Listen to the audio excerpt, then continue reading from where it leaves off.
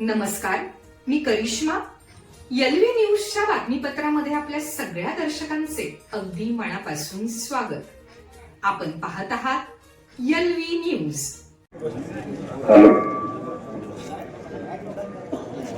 आज या ठिकाणी राष्ट्रवादी काँग्रेस पक्ष, भारतीय जनता पक्ष, जनस्वराज्य पक्ष आणि आरपीआय यांच्या महायुतीचे उमेदवार, जिल्हा परिषदचे उमेदवार सन्माननीय रावसाहेब पाटील, पंचायत समितीचे उमेदवार अनिलदादा शिंदे, दुसरे उमेदवार आहेत तालगाव पंचायत समिती गणातले आयटी पाटील साहेब. आपण प्रचाराचा शुभारंभ आज केलेला आहे. खरे तर प्रचाराचा शुभारंभ आपला परवा दिवशी होता बिरोबाच्या पानामध्ये आणि मोठा कार्यक्रम होणार होता. आपले नेते, माजी मंत्री, सन्माननीय घोरपडे सरकार, संजय काका, आनंदताई सगळे, भाजपचे नेते सगळेजण उपस्थित राहून मोठ्या प्रमाणात कार्यक्रम आपण आयोजित केलेला होता. पण सकाळच्या वेळी दुर्दैवी घटना घडली. परवा दिवशी आपल्या पक्षाचे अध्यक्ष आणि राज्याचे उपमुख्यमंत्री सन्माननीय अजितदादा यांचा विमान अपघातामध्ये दुर्दैवी निधन झालं. तशी ती घटना कुणाच्याही मनात नव्हती, पण अचानक घडली आणि अख्खा महाराष्ट्र स्तब्ध झाला. सोशल मीडियाच्या माध्यमातून, टीव्हीच्या माध्यमातून ही घटना वाऱ्यासारखी महाराष्ट्राच्या, देशाच्या कानाकोपऱ्यात पसरली. संपूर्ण महाराष्ट्रातील प्रत्येक पक्षातील, अगदी विरोधी पक्षातील प्रत्येक घरातला माणूस हळहळला आणि दादांचा अपघाती निधन झाल्यामुळे आपला परवा दिवशीचा कार्यक्रम रद्द झाला.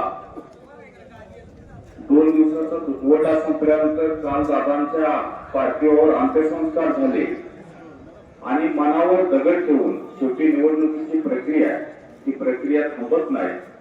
तरी निवडणूक आयोगानं 2 दिवस मतदानाचा दिवस आहे तो पुढे ढकलला.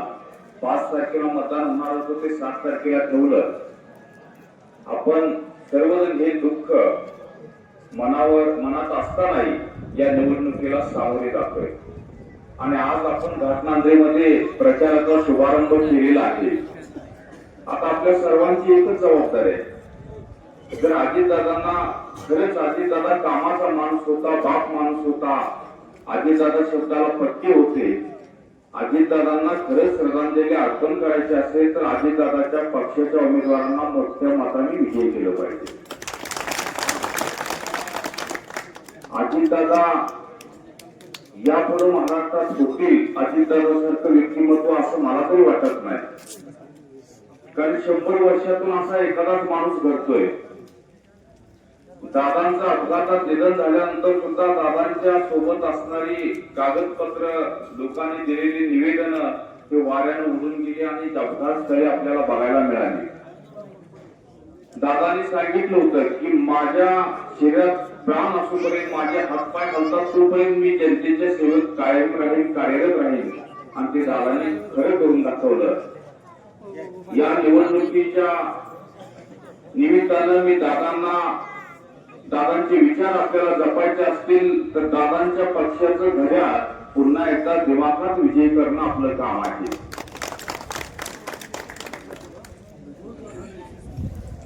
भारतीय जनता पक्षाच्या मुख्यमंत्र्यांनी सुद्धा पहिल्यांदा लिहिलेला, देवेंद्र फडणवीस साहेबांनी पहिल्यांदा त्यांची 2री टर्म आहे मुख्यमंत्री पदाची, पण दादावर त्यांनी दैनिकामध्ये, सोशल मीडियामध्ये पहिला लेख लिहिला, असा दिलदार मित्र असावा आणि इतका मी जवळचा मित्र गमावलाय असा त्यांनी पहिल्यांदा, मुख्यमंत्र्यांनी असा लेख लिहिला नाही कोणावर, पण दादांच्या बाबतीत पहिल्यांदा लिहिलं. हे सगळं राज्याच्या समोर असताना आपण निवडणुका करतोय. निवडणुका 9 वर्षांनी होतात. पंचायत समिती आणि जिल्हा परिषदच्या निवडणुका 9 वर्षांनी होतात.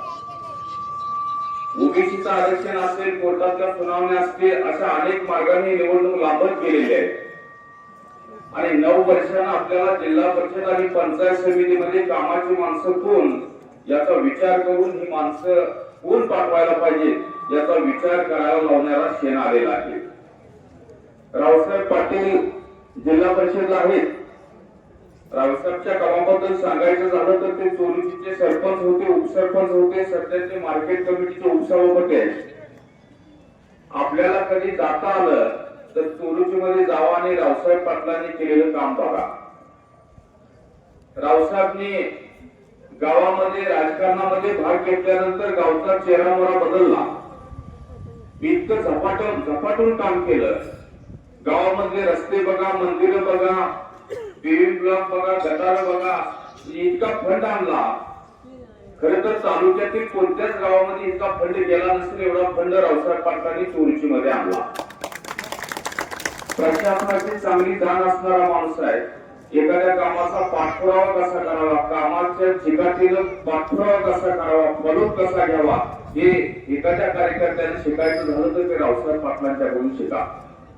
आणि असा प्रतिनिधी जिल्हा परिषदेला आपल्या माध्यमातून गेला तर चोरीची मध्ये जे रावसाहेबने काम केलंय ते काम या जिल्हा परिषद गटातील 20 ते 21 गावांमध्ये आपल्याला बघायला मिळेल.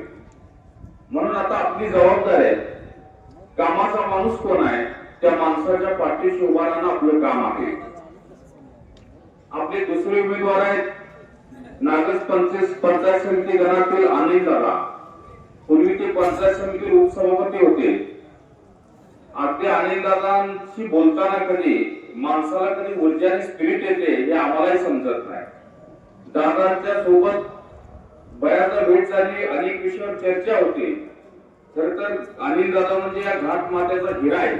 तो हिरा आपण जपणं काम आहे आपलं.